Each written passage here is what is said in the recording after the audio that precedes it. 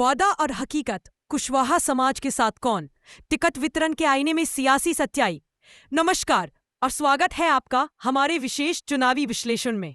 बिहार का चुनाव सिर्फ राजनीतिक समीकरणों का खेल नहीं, बल्कि यह उन वादों की कसौटी है जो नेता और दल जनता से करते हैं। आज हम बात कर रहे हैं राज्य के एक महत्वपूर्ण वोट बैंक कुशवाहा समाज की। सवाल सीधा है, वो नेता कौन है जिसने सिर्फ वादे किए और ज्यादा कुछ नहीं। आने वाले समय में भी कुशवाहा समाज को सम्मानजनक सीटें हमारा महागठबंधन जो है, कि आप लोग अगर 4 कदम चलेगा तो तेजस्वी 15 कदम चलने का काम करेगा। और वो कौन है जिसने बिना शोर मचाए सम्मान दिया। आज का हमारा विश्लेषण 2 प्रमुख गठबंधनों के टिकट वितरण पर आधारित है और यह सच्चाई कुशवाहा समाज की आंखें खोलने के लिए काफी है। सबसे पहले बात करते हैं विपक्ष के उस चेहरे की जो स्वयं को मुख्यमंत्री का दावेदार बताता है और समाज के हर तबके को सम्मान देने का दावा करता है। श्रीमान तेजस्वी प्रसाद यादव और उनका राष्ट्रीय जनता दल आरजेडी। तेजस्वी यादव ने चुनावों से पहले कुशवाहा समाज को अधिक प्रतिनिधित्व देने का बड़ा वादा किया था। दावा था कि उनकी पार्टी कुशवाहा समाज को पूरा मान सम्मान देगी, लेकिन हकीकत क्या रही। आरजेडी के नेतृत्व वाले गठबंधन ने कुल 141 सीटों पर चुनाव लड़ रही है। इनमें से कुशवाहा समाज को दिए गए सीटों की संख्या है महज 11 से 13 आंकड़ों के अनुसार, यानी कुल सीटों का 10% भी नहीं। इसी पार्टी ने अपने पारंपरिक वोट बैंक यादव समुदाय को 50 से अधिक सीटों पर टिकट दिया है और मुख्यमंत्री के दावेदार भी यादव समाज के तेजस्वी प्रसाद यादव है। यह दिखाता है कि आरजेडी का फोकस आज भी MY समीकरण मुस्लिम यादव पर है।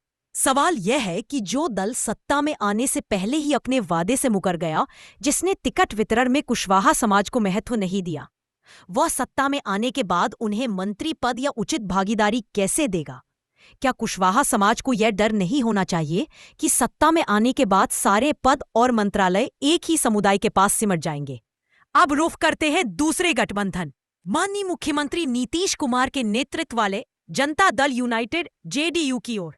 नीतीश कुमार या JDU ने कभी यह ढोल नहीं पीटा कि वह कुशवाहा समाज के सबसे बड़े हितैषी है। न उन्होंने कभी विशेष वादे किए, लेकिन जब बात टिकट वितरण की आई तो यहाँ आंकड़े कुछ और ही कहानी कहते हैं। JDU ने इस गठबंधन में लगभग 101 सीटों पर चुनाव लड़, इनमें से JDU ने अकेले 13 टिकट कुशवाहा समुदाय के उम्मीदवारों को दिए, यानी कुल लड़ी गई सीटों का लगभग 13%।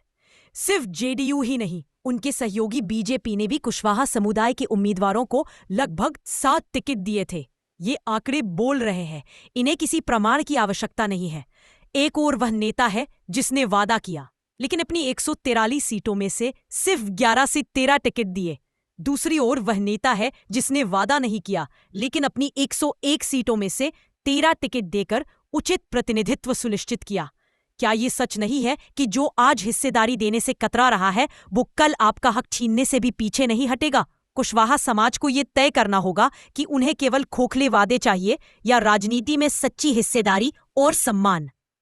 आज चुनाव की बारी है। समय आ गया है कि इस समाज को अपने स्वाभिमान के लिए उस दल को चुनना होगा जिसने बिना किसी बड़े शोर के, बिना किसी दिखावे के इस समाज को उचित प्रतिनिधित्व दिया है। अपने साथ हुए विश्वासघात का बदला लेने का समय यही है।